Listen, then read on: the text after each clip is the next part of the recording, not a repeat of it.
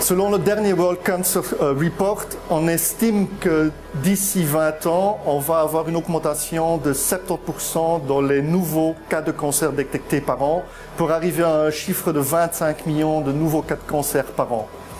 Cette très forte augmentation est due à plusieurs choses. La première est que notre population mondiale est en forte croissance. La deuxième est que la durée de vie moyenne est en augmentation et plus on vieillit, plus il y a de cas de cancer de tout type.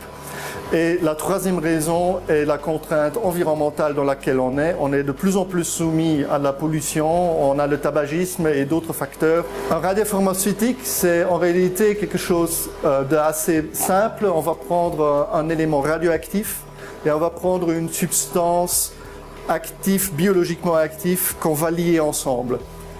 Le pharmaceutique va aller dans le corps à l'endroit là où on le veut, où le corps en a besoin, et le produit radioactif va émettre des rayonnements qui pourront être détectés par des grands scanners ou d'autres systèmes de détection qui vont nous permettre de localiser l'endroit où se trouve le cancer. Nous sommes ici au centre de recherche du cyclotron de l'Université de Liège. C'est un endroit où nous produisons les radioéléments qui vont être incorporés dans des composés radiopharmaceutiques.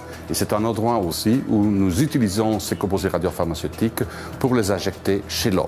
Nous ne pouvons utiliser ces composés radiopharmaceutiques dans un environnement très proche du centre de production, vu leur demi-vie très courte, et donc nous ne pouvons pas stocker ces composés, nous devons les produire vraiment en flux tendu pour pouvoir les utiliser chez l'homme. Comme partout ailleurs dans le monde, les grands centres où on utilise ces composés radiopharmaceutiques disposent de leur centre de production. Cette production ne se fait pas sans danger, bien sûr. Nous produisons ça dans des conditions extrêmement contrôlées afin de protéger non seulement le personnel, mais aussi l'environnement. Le contrôle de qualité est primordial dans toute la chaîne de production. Avant d'injecter les composés radiopharmaceutiques aux patients, ils doivent être contrôlés et c'est vraiment l'étape cruciale de réaliser ce contrôle de qualité dans des conditions aussi standardisées que possible. Le nombre de centres de production de sites radiopharmaceutiques est en forte croissance dans les pays émergents. Cependant, le nombre de spécialistes disponibles est très faible et les moyens financiers sont limités.